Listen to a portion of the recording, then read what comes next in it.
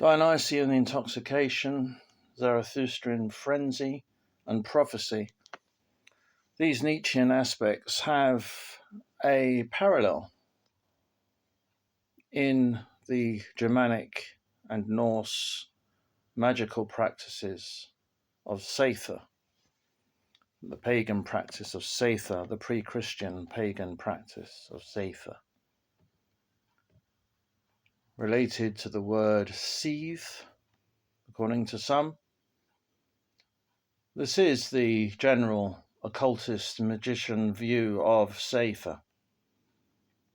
It is an intense intoxication brought on by hallucinogenics or psychedelics, intoxications, and leads to a trance, a wild, shaking, writhing trance, shamanic, like a shaman, where the practitioner enters into different worlds, different realms, and different times, and is able to bring back knowledge, information, and is able to make prophecies to see the future or to see the past.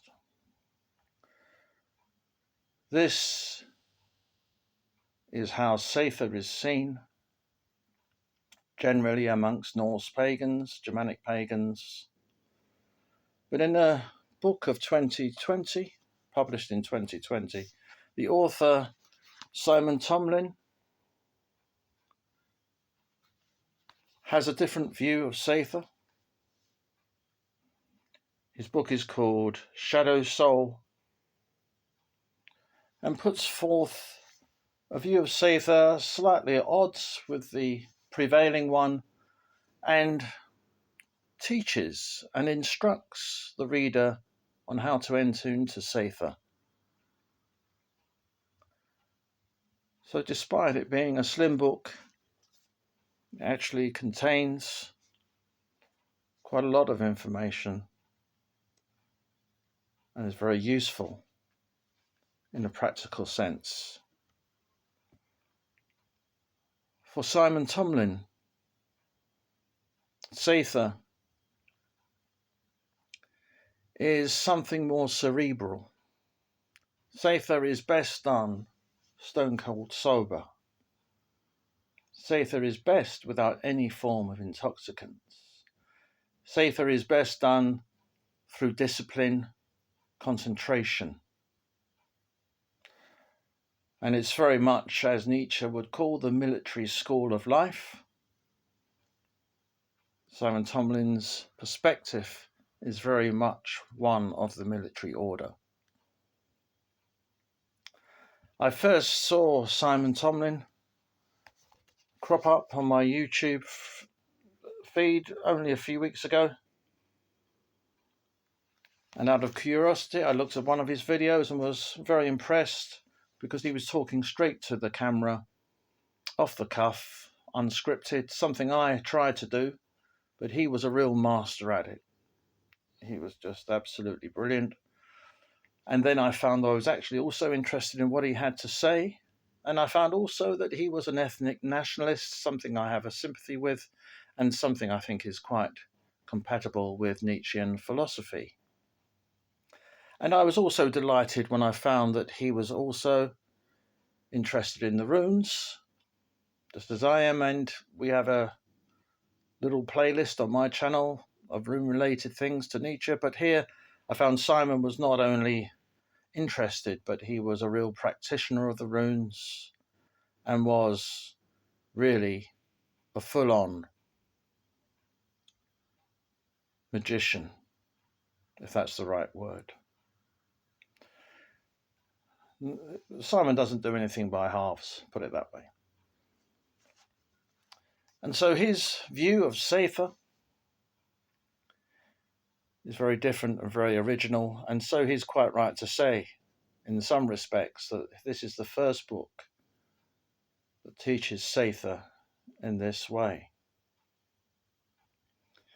And of course, Seithr was always looked down upon.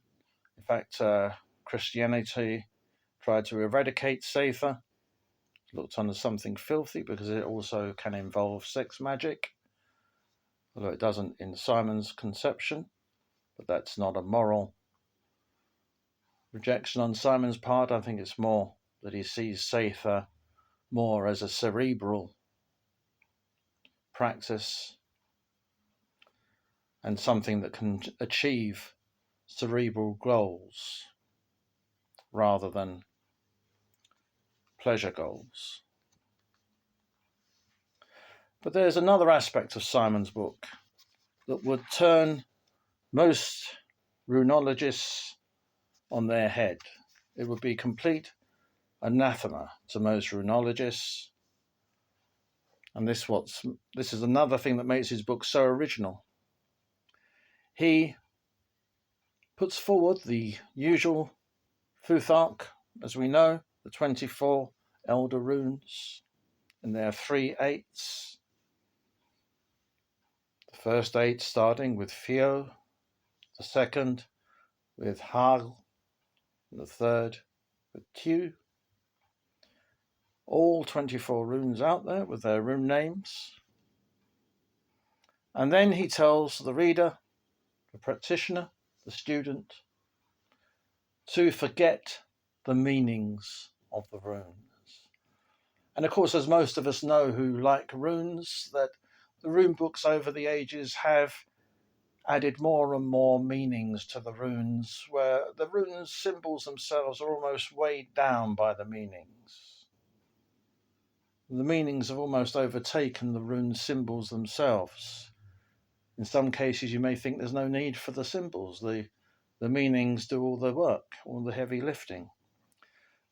So Simon tells the practitioner, forget the meanings. If you don't know the meanings, don't try and find the meanings out. If you know them, forget them. Get them out of your head. Meditate on each rune singly and see what comes to your own mind through meditation. And if the meaning that comes to you is different to the so-called classic meaning, then go with your meaning. So this is a completely radical rejection of the runic practice since Edred Thorson at least. And this is what makes his book, coupled with his new view of Seithra, so original and so compelling.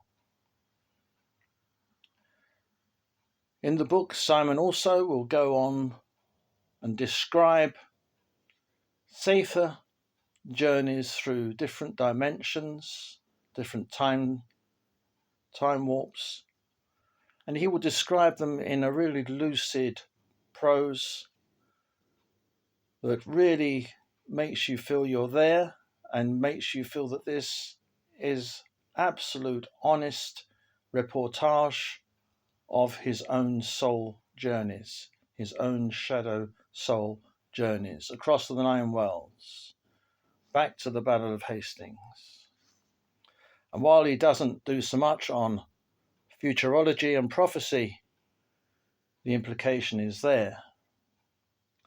But as a military type of man, his interest seems to be more in strategy and tactics. What can be achieved through Seithra? What can be achieved through Seithra? And he looks therefore at astral projection, extrasensory perception, and most of all, remote viewing. Something used, of course, by the military for decades, and something that must have been used by the ancient warriors of Odin's time. For Simon's application of the runes, ignoring the meanings of the runes and just feeling the vibrations of them via meditation or by Seithra, is very much how Odin came upon the runes. Hanging on the world tree for 9 days and nights, he found the runes. He found them as symbols. He didn't find them as writing, he found them as symbols. Because these runes, these runic symbols, are the ancient Indo-Aryan Germanic symbols. It's very much later, probably through the influence of the Romans, that they came to be used for writing. And so as the runologists from the Armanen of the late 19th century up to Simon Tomlin know, the symbols are the most important things in the runes, not the writing and not the classic meanings that have accrued through the ages. Simon's book also has a very practical bent. Remote viewing, extrasensory perception, these kind of things can be used, of course, for very practical ends, particularly in warfare, as I've mentioned. And Simon also looks at the concept of creating a truly Odinic network of practitioners in contradiction or contradistinction to the Asatru. And of course, the Asatru are the kind of accepted practitioners of Norse religion, Norse paganism. And of course, they are thoroughly infiltrated, thoroughly Christianized and Judaized. So quite rightly, Simon is seeking to create a truly anti-Christian Odinic position. And again, this is where we are close to Nietzsche. Nietzsche's book, The Antichrist of 1888, is such a vehement attack on Christianity from as many angles as possible. It is necessary to weed out all the Christian influences, weed them all out. Because when we look back, even at the Eddas, we know these were written down by Christian scribes. Even when we look at the 19th century Armanen, we can see they were slightly influenced by Christianity without knowing it. We must weed out this Christian poison. And that is the task set for us, to become pure again as Odinists, as nationalists, as ethno-nationalists. As Nietzsche says, there are no pure races. Races only become pure. And I think Simon Tomlin understands that. And I would recommend his book to anyone interested in nationalism, spirituality, Norse paganism, and of course the runes.